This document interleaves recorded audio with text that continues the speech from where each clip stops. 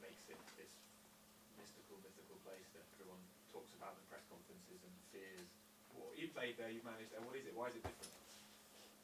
It is different because it's different to Old Trafford. Old Trafford is a beautiful atmosphere as well, and something that historically it's an unbelievable place to go, and there are a few in this country, and the Emirates is one of them as well, because a lot of people talk about coming to the Emirates. I don't think they enjoy it so much. So that's the beauty of it, that you have to go to these stadiums and you have to prove as a team what you are capable of doing in that context. You've spoken before, I think, on the documentary about when you went there as a player once, I think the 5-1 defeat, and it was the only time in your career you felt a bit lost in the game. What was that experience like, and why do you think that happened now you've had a chance to think back on it? I think I explained that sometimes when you don't feel at your best, or you feel that that they are on top of you and you cannot get out of that washing machine, and try to overcome those situations. But that's a learning. It happened once, it didn't happen again. What can you do on a training ground to stop that washing machine or your players getting in it? All the game plan and everything that we discussed, to try to tomorrow be away from that game and put our washing machine that is very powerful.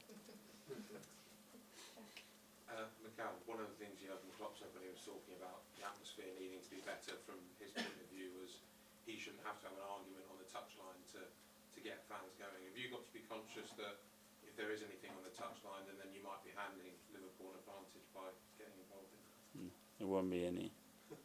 You're going to be on your best behaviour.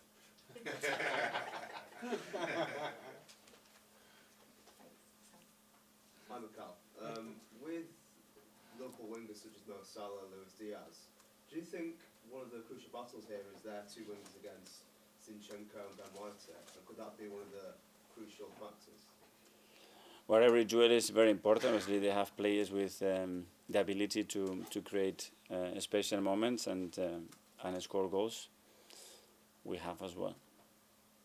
And in terms of the league table, we've seen City in recent weeks slip up, and Liverpool are on a great run of form. Could this game, in some ways, it is early, but could it kind of set an example as to how the league could unfold in the second part of the season?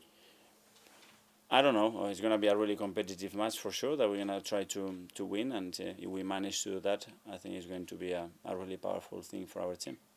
And in terms of the Brighton game, you of course received a fourth yellow card on the touchline. Are you getting a bit tired of getting booked to the touchline? Do you think you're being unfairly targeted here? Or is it just you just can't help the expressions? I don't know. Let's move on to the next question. Morning, Mikel. One thing that was common in your teams last season was really fast starts in the first 15 minutes. How important is that to get an early goal, and how does that help manage a game? It's always better, obviously, start winning and start with the feeling that you are on top of them and you are dominating the game. And we've been better recently again in the last few weeks at doing that, and that's always helpful. And but in big matches like that, you have to be at a really high level for 100 minutes, and that's the challenge and the opportunity tomorrow. And one reason I mention that is this season, it's sort of noticeable.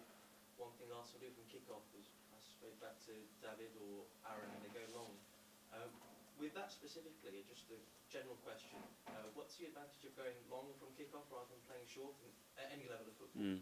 Well, we've done it last year as well in many situations, depending on the team's and the opponent's behavior as well, what they are trying to achieve there and where you're going to play in the next few seconds. Doesn't always work. You can play short as well. So it's depending on the opponent more or less. One more. Just generally about bookings this season, there's been more red cards than well, we're on course to have 80 this season, around about. Do you think that is to the detriment of the game if referees are a bit too willing to give out red cards? It changes the game a bit too much. Should they try and manage the game a bit more? No, I think if they are fair, yellow or red cards, that's how they have to control the games, and it's just about the decision, and decision is correct. Why not? Mikel, you mentioned earlier on that you regret not having won enough important things. Is that actually a regret as much as a motivation for the future? Sorry. You said you hadn't won enough important things, trophies, Yeah. in 4 years. Is that a regret as well as a motivation?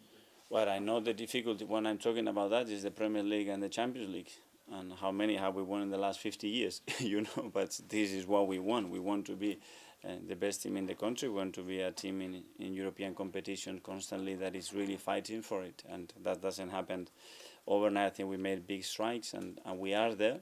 But yeah, what it takes to make that that to the next level. Arsene Wenger obviously used to say that fourth place was the equivalent of a trophy. Are you saying it's that you need actual silverware now?